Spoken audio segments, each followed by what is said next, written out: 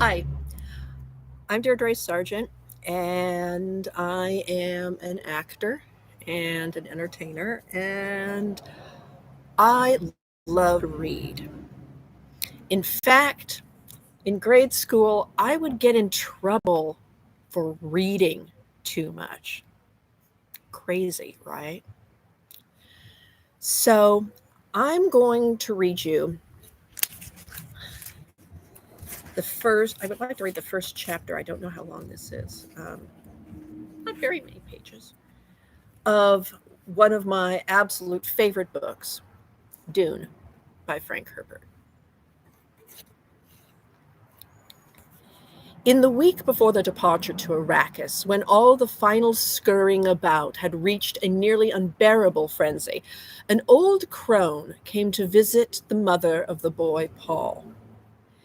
It was a warm night. The old crone came to visit the mother of the boy Paul.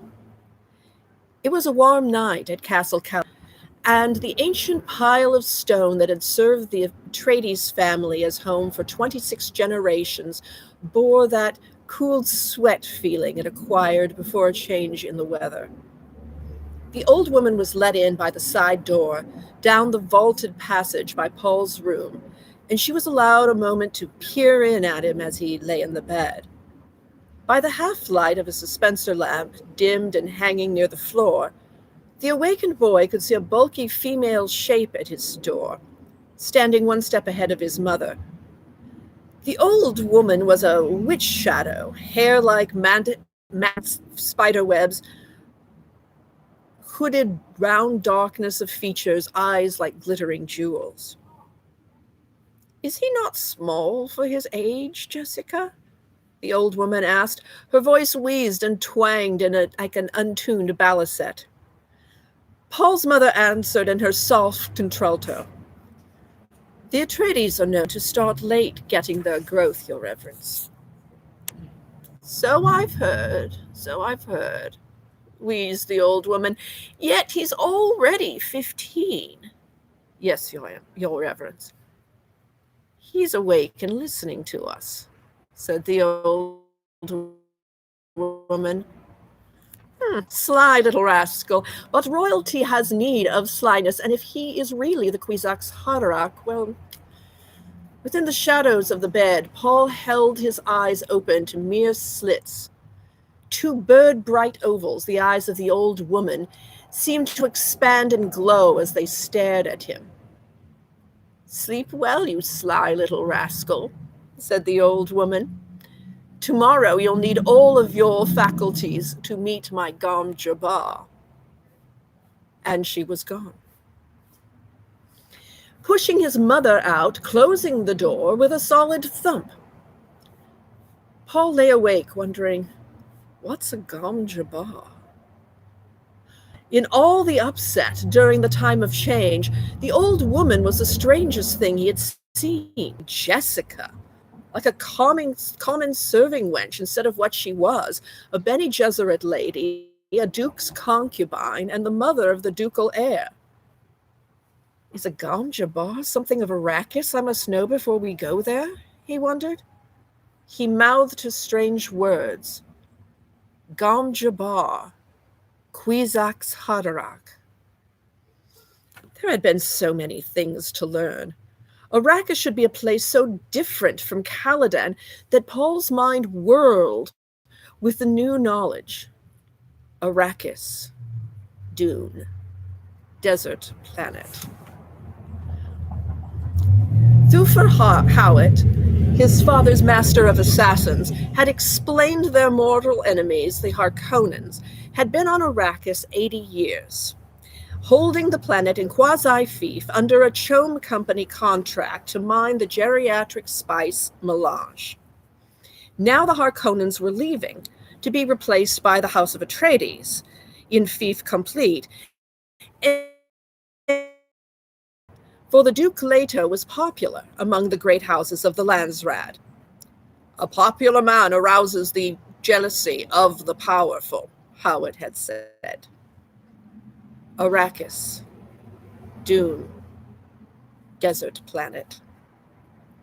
Paul fell asleep to dream Arakeen Cave, silent people all around him, moving in the dim light of glow globes. It was solemn there, and like a cathedral, he listened to a faint sound. The drip, drip, drip of water. While he remained in the dream, Paul knew he would remember it upon waking. He always remembered the dreams that were predictions. The dream faded. Paul awoke to find himself in the warmth of his bed, thinking. The world of Castle Caladan, without play or companions of his own age, did not deserve sadness in farewell. Dr. Huey, his teacher, had hinted that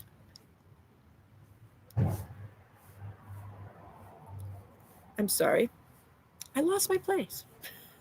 Dr. Huey, his teacher, had hinted that the planet sheltered people who lived at the to wisp people, marked down on no census in the Imperium. Arrakis, Dune, desert planet.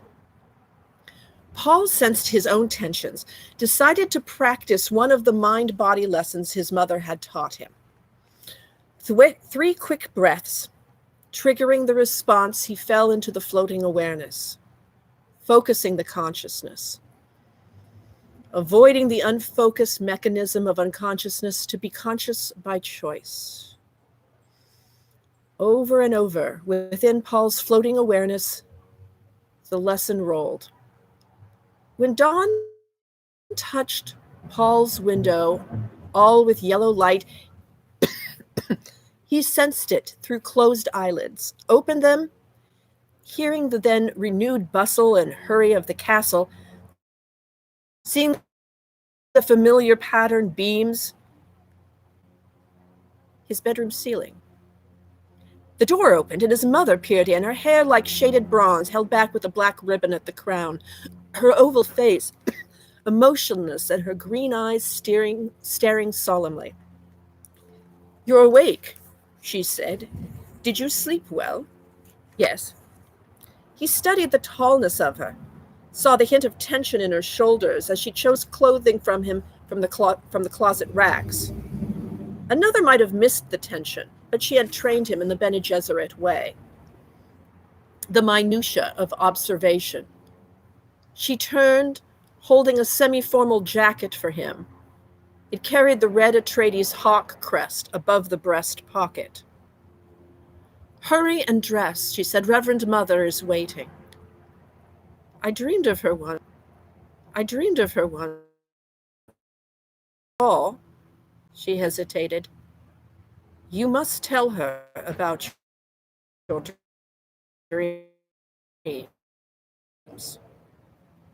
"The reason we got Arrakis?" "We did not get Arrakis." Jessica flicked dust from a pair of trousers. Paul sat up, hugged his knees. "What's a Gom Jabbar?" Again, the training she had given him exposed her almost invisible hesitation, a nervous betrayal he felt as fear. Jessica crossed to the window, flung wide the drapes, staring across the river orchards. "You'll learn about the Gom Jabbar soon enough," she said. He heard the fear in her voice and wondered at it. Jessica spoke without turning. "Reverend Mother is waiting in my morning room. Please hurry." The Reverend Mother, Gaius Hallan Mohim, sat in the tapestried chair, watching mother and son approach. Windows on each side of her overlook the curving yellow bend of the river and the green farmlands of the Atreides family holdings. But now the Reverend Mother ignored the view. She was feeling her age this morning, more than a little petulant. She blamed it on space travel and appreciation with that, abominable Spacing Guild and its secretive ways. But here was a mission that required personal attention with the sight. Even the Padishah Emperor's truth-sayer couldn't evade the responsibility when duty called. Damn that Jessica, the Reverend Mother thought. If only she'd borne a girl as she was ordered to do. Jessica stopped 3 paces from the chair, dropped a small curtsy, a gentle flick of her left hand along the line of her skirt. Paul gave a short bow. His dancing master had taught him to be used, quote, when in doubt of another's station. The nuances of Paul's greeting was not lost on the Bene Gesserit Reverend Mother. She said, he's a cautious one, Jessica. Jessica went to Paul's. He has been taught, your reverence. What does she fear? Paul wondered. The old woman studied Paul in one flicker, her face oval like Jessica's, but strong bones. Hair, the Duke's black hair. But the brow line of the maternal grandfather, who cannot be named, and that thin, disdainful nose, shape of directly staring green eyes, like the old Duke, the paternal grandfather, who is dead. Now there was a man who appreciated the power of a bravado, even in death, the Reverend Mother thought. Teaching is one thing, she said. The basic ingredient is another. We shall see. The old eyes darted a hard glance at Jessica. Leave us. I enjoin you to practice the meditation of peace. Jessica took her hand from Paul's shoulder. Your Reverence, Jessica, you know it must be done. Jessica straightened. Of course. Paul looked at the Reverend Mother. Politeness in his mother's obvious awe of the old woman also argued caution. Yet he felt an angry apprehension of fear radiating from his mother. Paul. Jessica took a deep breath. This test you are about to receive, it's important to me. Test? He looked up at her. Remember, you are a duke's son, Jessica said.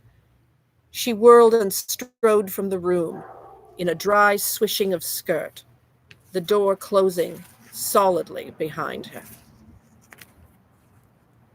Paul faced the old woman, controlling anger in check. Does one dismiss the Lady Jessica as though she were a serving wench? A smile flickered the corners of the wrinkled old mouth. The Lady Jessica was my serving wench, lad, for the 14 years she was at school, and a good one, too. Now, come here, and put your right hand in the box. Well, it appears that my time is at an end. I will say that what the box contains, which is what Paul asked, is pain. The box is a test to see if you're an animal or if you're a human.